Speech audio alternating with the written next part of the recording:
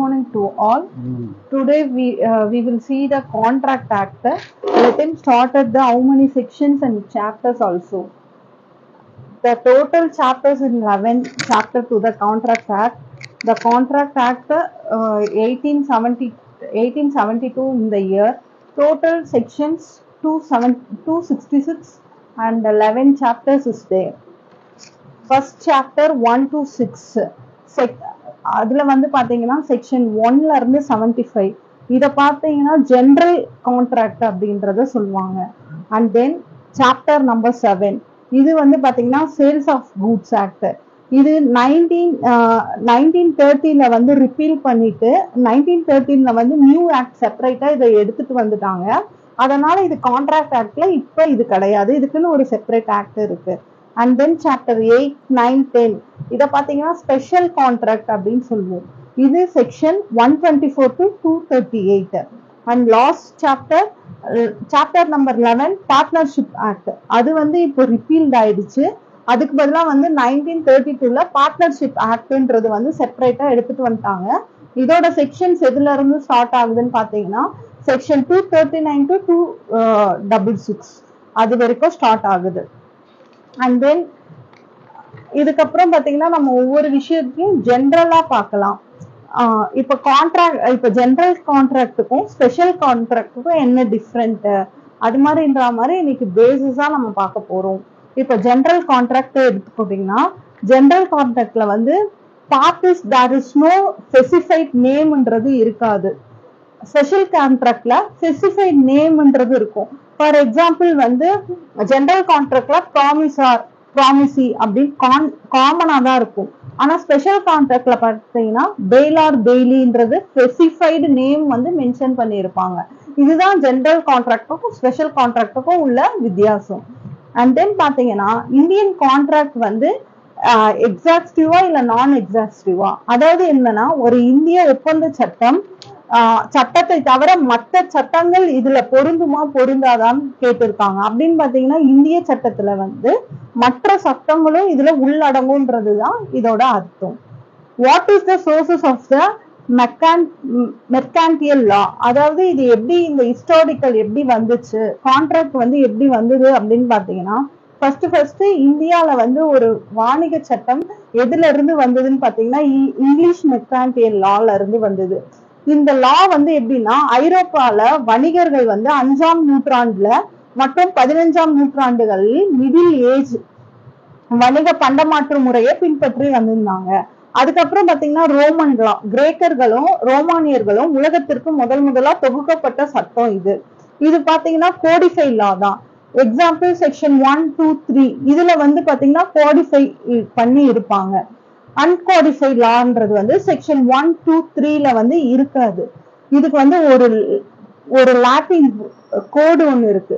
Justin ஆட்சியில வந்து ஒரு மன்னர் என்ன பண்றாரு, தொகுக்கப்பட்ட ஒரு சட்டத்தை ஏற்றாரு. அதுக்கப்புறம் பாத்தீங்கன்னா இதோட procedure and statute of the law. Statute of the லான்றது வந்து சட்டமன்றத்தாலும் பாராளுமன்றத்தாலும் இயற்றப்பட்ட ஒரு சட்டம். இதோட யூசேஜ் எப்படி இருக்கும் அப்படின்னு பாத்தீங்கன்னா ஒரு கான்ட்ராக்ட், ஃபார் எக்ஸாம்பிள் ஒரு கான்ட்ராக்ட் தொடர்பு, ஒரு கான்ட்ராக்ட் ரிலேட்டடா ஏவுக்கும் பிக்கும் ஏற்படுற பிரச்சனையை எப்படி வந்து நம்ம சால்வ் பண்றது அப்படின்னா அது பாத்தீங்கன்னா ஒரு 3 வகையில சால்வ் பண்ணலாம். ஜஸ்டிஸ் நீதி வழியில நம்ம சால்வ் பண்றது, அண்ட் என்கொயரி நியாயம், அதுக்கப்புறம் பாத்தீங்கன்னா குட் கான்சியன்ஸ் நல்ல மனசாட்சிபடி இதெல்லாம் நம்ம வந்து சால்வ் பண்ணிட்டு இருந்தோம்.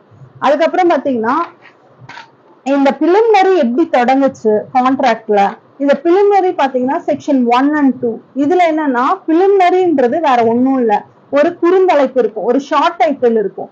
அண்ட் எக்ஸ்டென்ட் இது எப்ப கமென்ஸ்மெண்ட் வந்தது அப்படின்னு பாத்தீங்கன்னா 1/9/1872ல இருந்து இந்த ஆக்ட் வந்து கேம் இன்டு ஃபோர்ஸ். அதை பத்தி சொல்றதுதான் வந்து பிலிமினரி அப்படின்னு நம்ம சொல்றோம். அதுக்கப்புறம் பாத்தீங்கன்னா டெஃபனிஷன் செக்ஷன்ஸ். இப்போ உங்களுக்கு எல்லாம் வந்து ஃபுல்லா செக்ஷன் 2A இருந்து J வரைக்கும் இருக்கும் டெஃபனிஷன். ஆனா அதை எப்படி ஈஸியா படிக்கிறதுன்றதுனால என்னோட நாலேஜுக்கு ஏத்த மாதிரி நான் இதை கொஞ்சம் பிரிச்சு வச்சிருக்கேன், கொஞ்சம் கம்பைன் பண்ணி வச்சிருக்கேன். அது மாதிரி நம்ம பார்த்தோம்னா நம்மளுக்கு வந்து யூஸ்ஃபுல்லா இருக்கும். இந்த கான்ட்ராக்ட் இருந்து டே டு டேல வந்து நம்ம ஃபார் எக்ஸாம்பிள் ஒரு ஆட்டோக்கு வந்து நம்ம கூப்பிடுறோம் டிராவல் பண்றதுக்குன்னு பாத்தீங்கன்னா தட் இஸ் கால்ட் கான்ட்ராக்ட். இத டே டு டே வந்து நம்ம ரொட்டீன் லைஃப்ல வந்து நம்ம பண்ணிட்டு தான் இருக்கும்.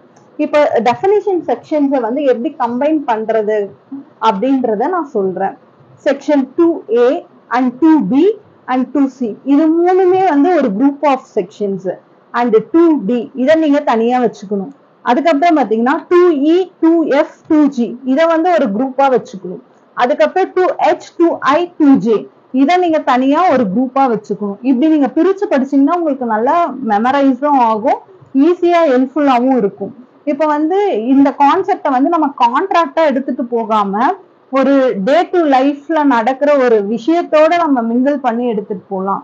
இப்ப 2A ஃபார் எக்ஸாம்பிள் ஒரு மேன் கிட்ட ஒரு மேன் வந்து ஒரு உமன் கிட்ட ப்ரொபோஸ் பண்ணுவாங்க ஒரு டீனேஜ் ஏஜ்ல, அதுதான் 2A ப்ரொபோசல், ஞாபகம் வச்சுக்கணும். அண்ட் தென் அதுக்கப்புறம் என்ன பண்ணுவாங்க, அக்செப்ட் பண்றது ரிஜெக்ட் பண்றது, அதுதான் 2B. அதுக்கப்புறம் அவங்களோட ரிலேஷன்ஷிப் வந்து நமக்கு நல்லபடியா ஒரு இது இருந்ததுன்னா ப்ராமிஸ் பண்ணுவாங்க, நான் உன்னை மேரேஜ் பண்ணிக்கிறேன் அப்படின்னா. அதுதான் வந்து இந்த குரூப் ஆஃப் செக்ஷன். இப்போ உங்களுக்கு டே டு லைஃப்ல இது மறக்காதுன்னு நான் நினைக்கிறேன். நானுமே இதுதான் மெமரைஸ் பண்ணேன். அண்ட் தென் பாத்தீங்கன்னா 2D கன்சிடரேஷன் என்ன நடக்கும், ஒரு மேரேஜ் ஸ்டேட்டஸ்ல பாத்தீங்கன்னா நான் உங்களுக்கு இவ்வளோ சீதனாஷ் கொடுக்குறேன் அப்படின்றது தான் கன்சிடரேஷன். அதுக்கப்புறம் பாத்தீங்கன்னா அக்ரிமெண்ட் 2E.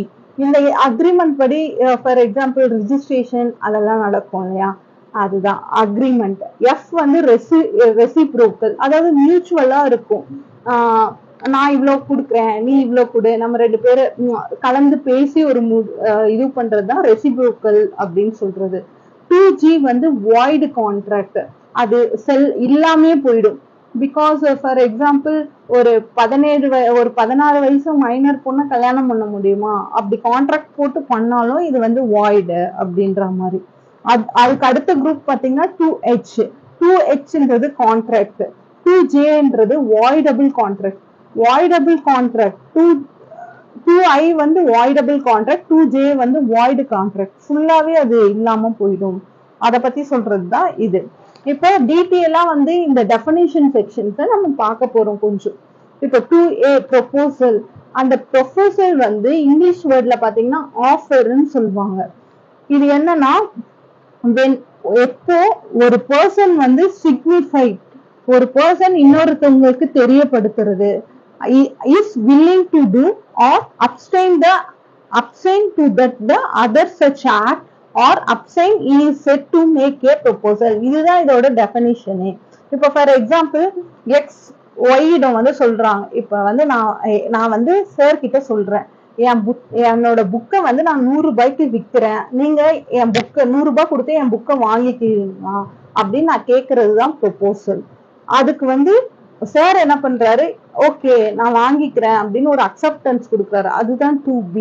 அதுக்கப்புறம் பாத்தீங்கன்னா அண்ட் தென் இன்னொரு எக்ஸாம்பிள் பாத்தீங்கன்னா M வந்து ஒரு வாகனத்தை அதிகமா ஓட்டிட்டு போறதுனால ஐக்கு வந்து ஒரு காயத்தை ஏற்படுத்திக்கிறாரு. இதுக்கு வந்து ஐ என்ன சொல்றாருன்னா, நீ எனக்கு 1000 ரூபாய் கொடுத்தா நான் உன் மேல எந்த கேஸுமே வந்து ஃபைல் பண்ண மாட்டேன் அப்படின்னு சொல்றாரு. That is called also proposal. அதுக்கப்புறம் 2B அக்செப்டன்ஸ். இந்த அக்செப்டன்ஸை வந்து நம்ம 2 கைண்ட்ஸா வந்து பிரிக்கலாம். என்னன்னா ப்ராமிஸ் சொல்லலாம், இல்ல அக்செப்டன்ஸ்னு சொல்லலாம். ஃபார் எக்ஸாம்பிள் வந்து நான் சார் கிட்ட சொல்றேன், நான் வந்து என் புக்கை விற்க போறேன், நீங்க 100 ரூபாய்க்கு விற்கிறேன், நீங்க வாங்கிக்கிறீங்களா நான் கேட்கறது ப்ரொபோசல். சார் என்ன சொல்றாரு, ஓகே நான் 100 ரூபாய் கொடுத்து வாங்கிக்கிறேன் அப்படின்னு சொல்றதுதான் அக்செப்டன்ஸ். 2C ப்ராமிசி. இப்ப நாங்க 2 பேர் இருக்கோம், நீங்க வாங்கிக்கிறீங்களா, கண்டிப்பா வாங்கிப்பீங்களான்றத வந்து நான் சொல்றேன், அவர் வந்து ப்ராமிஸ் எனக்கு பண்றாரு, கண்டிப்பா வாங்கிக்கிறேன், இதுதான் வந்து 2C. 2D வந்து கன்சிடரேஷன். இப்ப நான் புக்கை வந்து வாங்கிக்குங்க, ஆனா என்னோட காஸ்ட் எவ்வளவு, 100 ரூபாய். அந்த காஸ்ட் அவர் கொடுத்துட்டாருன்னா இன்டைரக்டா நான் அதை அக்செப்ட் பண்ணிக்கிட்டதா அர்த்தம். அப்ப வந்து நான் என் புக்கா அவர்கிட்ட கொடுத்துக்கணும். இதுதான் வந்து 2D கன்சிடரேஷன். இப்ப வந்து 2E 2H. 2E வந்து அக்ரிமெண்ட், 2H வந்து கான்ட்ராக்ட். இது ரெண்டுத்துக்குமே என்ன டிஃபரன்ஷியேட், இதுக்கு என்ன எக்ஸாம்பிள், இதை பேஸ் பண்ணி நம்ம பார்ப்போம். Every promise is the agreement. நம்ம சொல்ற எல்லா சத்தியமும் அக்ரிமெண்ட் தான். ஆனா அந்த அக்ரிமெண்ட்டை சட்டப்படி நம்ம என்ஃபோர்ஸ் பண்றோம் பாருங்க, அதுதான் கான்ட்ராக்ட். ஃபார் எக்ஸாம்பிள், எக்ஸ் வந்து ஒய்யிடம் சொல்றான், இங்க இங்க இருக்கிற எஸ்பிஐ பேங்க்ல நீ வந்து பணத்தை திருடி எக்ஸிடம் கொடுத்தா இதுல 10% ஷேர் வந்து எக்ஸ் ஒய்க்கு தரேன்னு சொல்றான். ஒய் வந்து இதை ஒத்துக்கிறான், அது வந்து அக்ரிமெண்ட். ஆனா வந்து ஒய் ஒத்துக்கிட்டு அதை வந்து பண்ண முடியல, அவன் வந்து அந்த விஷயத்த செய்யலனா, இல்ல இவனை திருடி கொடுன்னு சொல்றேன், ஆனா இவன் வந்து ஒத்துக்கிட்டு இப்ப பண்ண மாட்டான் அப்படின்னு அவன் மேல லீகலா ஆக்ஷன் எடுக்க முடியாது.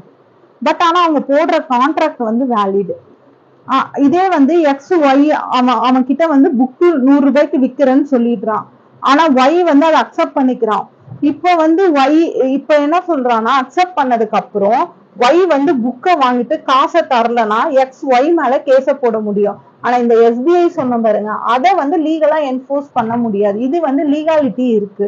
சோ அக்ரிமெண்ட்டை என்ஃபோர்ஸ் பை லால என்ஃபோர்ஸ் பண்றதுதான் கான்ட்ராக்ட் அப்படின்னு சொல்றோம்.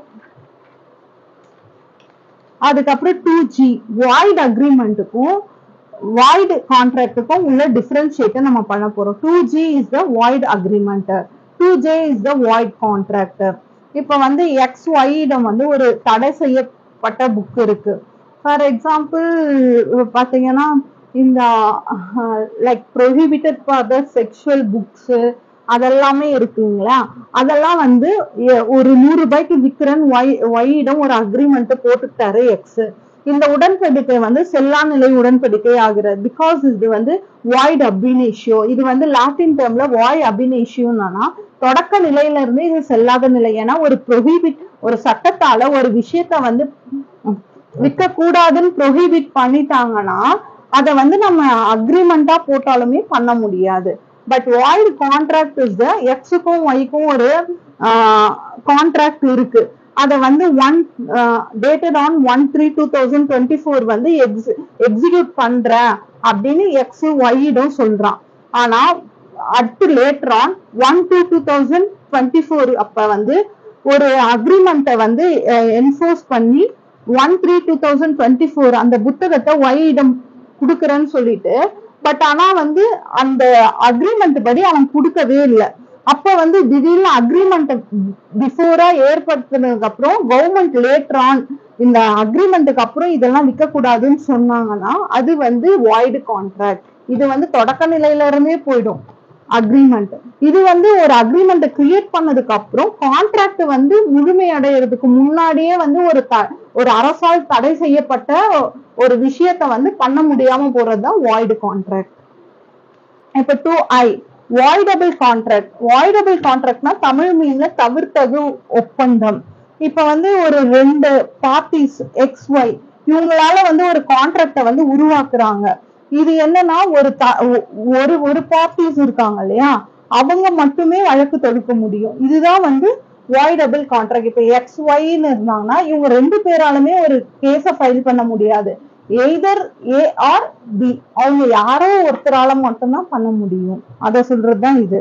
இப்ப ஃபார் எக்ஸாம்பிள் ஒரு பொண்ணுக்கு வந்து 15 வயசு ஆகுது, ஒரு பையனுக்கு வந்து 22 வயசு ஆகுது. பட் இவங்க 2 பேரும் கல்யாணம் பண்ணிக்கிறாங்க.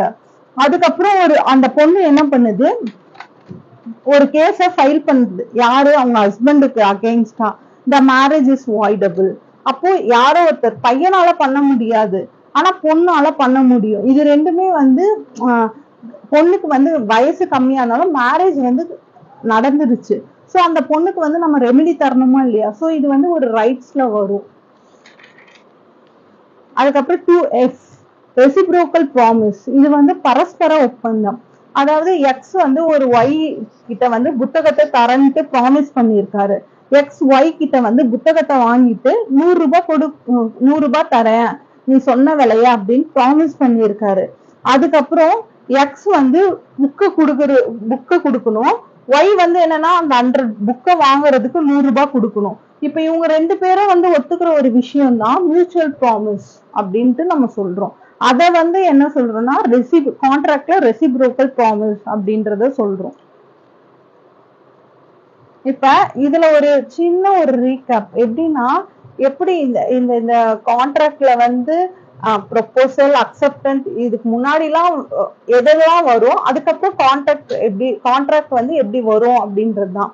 ஃபர்ஸ்ட் வந்து என்னன்னா, ஒரு கான்ட்ராக்ட் வர்றதுக்கு முன்னாடி நம்ம ஒரு ப்ரொபோசல் பண்ணுவோம்.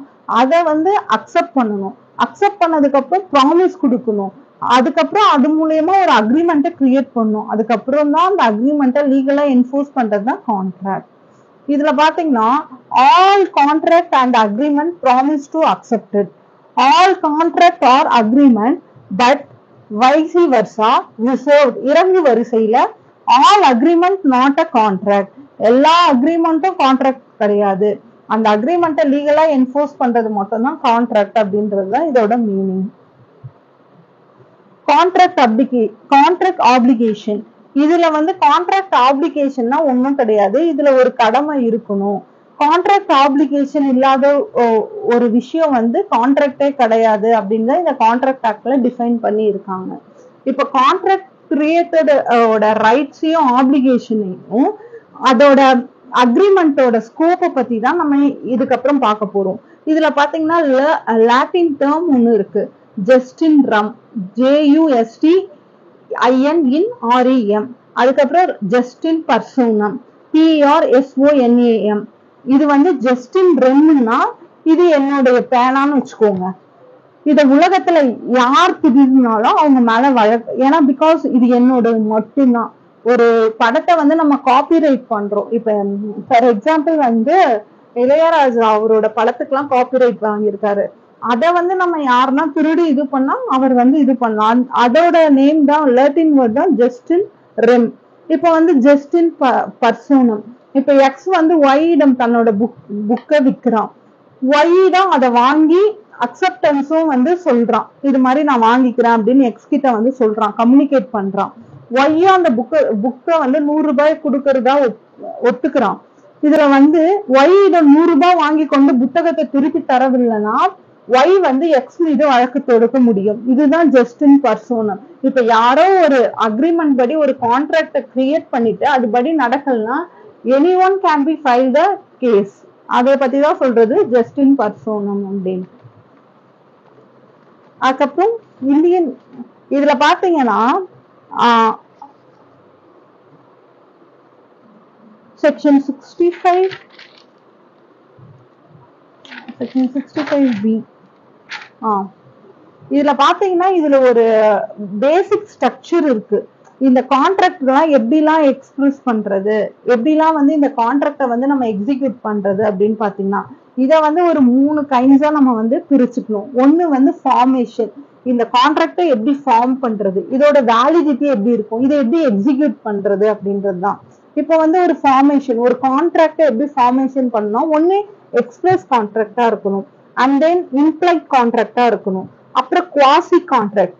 குவாசி கான்ட்ராக்ட்னா பார்வைக்கு மாத்திரமே அது ஒப்பந்த போல்வுன்னு சொல்லுவாங்க, பார்க்க மட்டுமே அது ஒப்பந்தம் மாதிரி இருக்கும். அண்ட் இ காமர்ஸ், இ வணிகம், இதெல்லாம் ஃபார்மேஷன் ஆஃப் கான்ட்ராக்ட்ல வந்துடும்.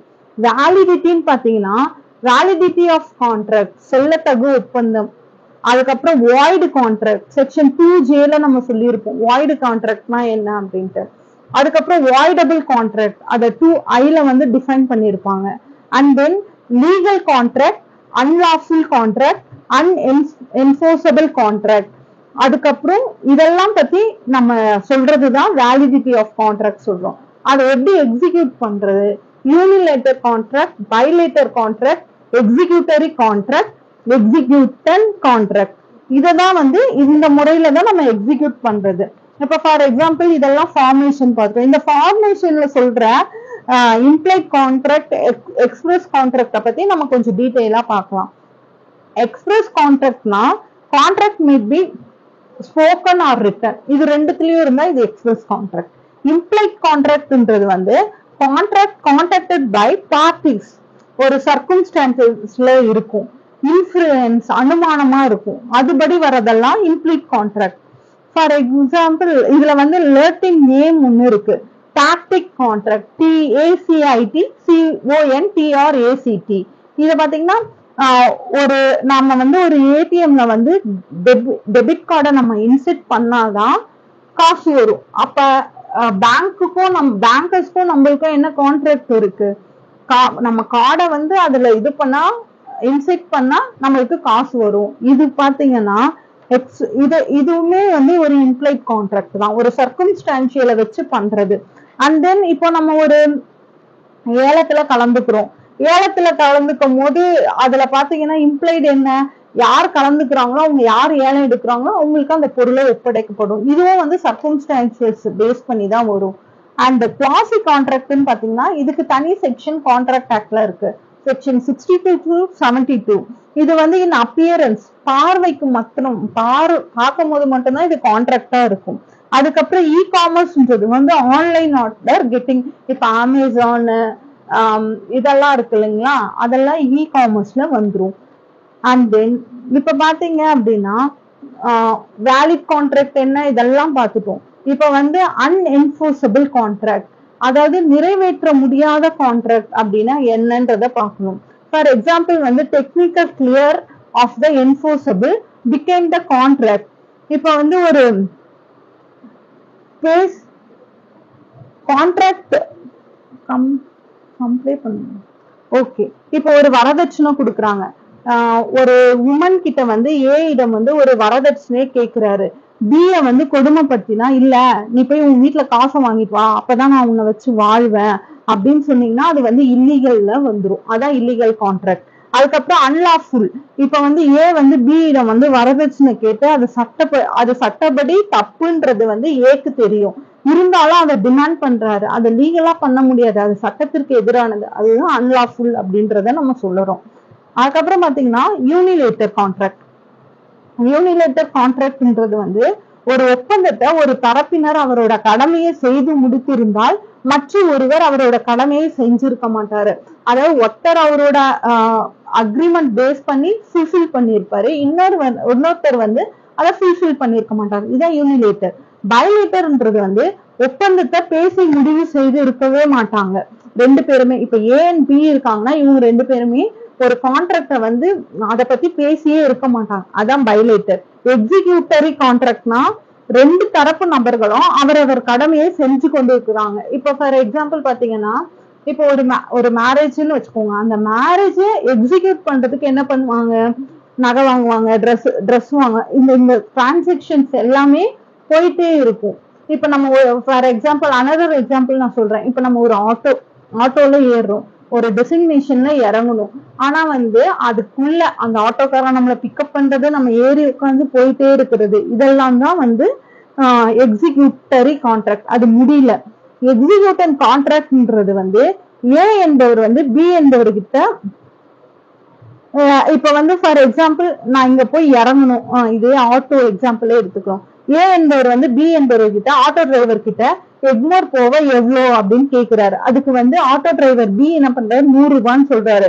ஆனா ஆட்டோல ஏயும் பியும் ஒரே இடத்தில் இருக்கிறத குறிப்பிடுறதுதான் வந்து எக்ஸிக்யூட்டான் அப்படின்னு. அதாவது அவங்க என்கொயரி பண்ணிட்டாங்க, அவங்க அந்த இடத்துல நின்று இருக்காங்க பாருங்க, எக்மோர் போய் இறங்காம எந்த இடத்துல கேட்டாங்களோ அங்கேயே நின்று, அதான் எக்ஸிக்யூட்டான் அப்படின்றத நம்ம சொல்லுவோம்.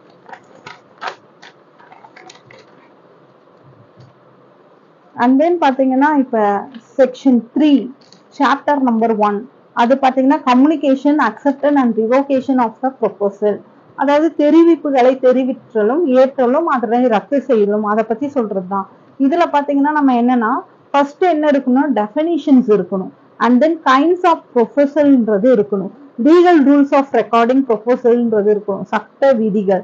அதுக்கப்புறம் ஆஃபர்ல என்னென்னலாம் இருக்கணும் வந்து டிக்ளரேஷன், இன்டென்ஷன், அதுக்கப்புறம் invitation of the offer.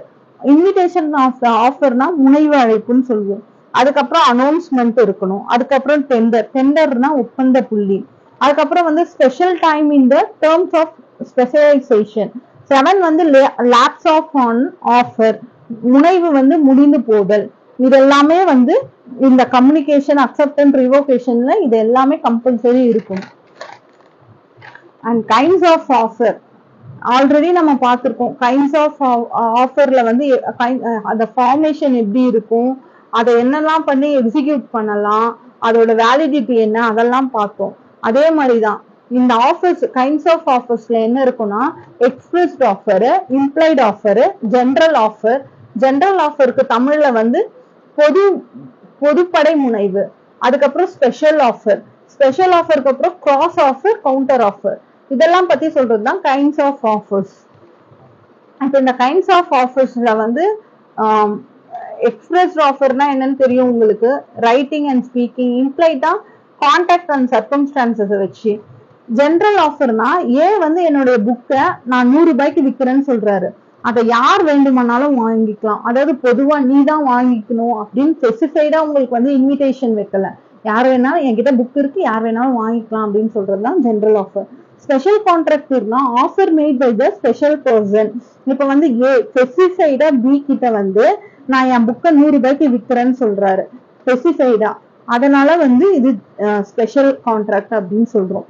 Cross offer வந்து ஏ என்பவர் வந்து பி என்பவருக்கு ஏவின் புக்கை பி வாங்கிக்கிறியா என்று லெட்டர் மூலம், இப்ப நம்ம வந்து லெட்டர் மூலம் ஒரு ப்ரொபோசல் அனுப்புறோம்.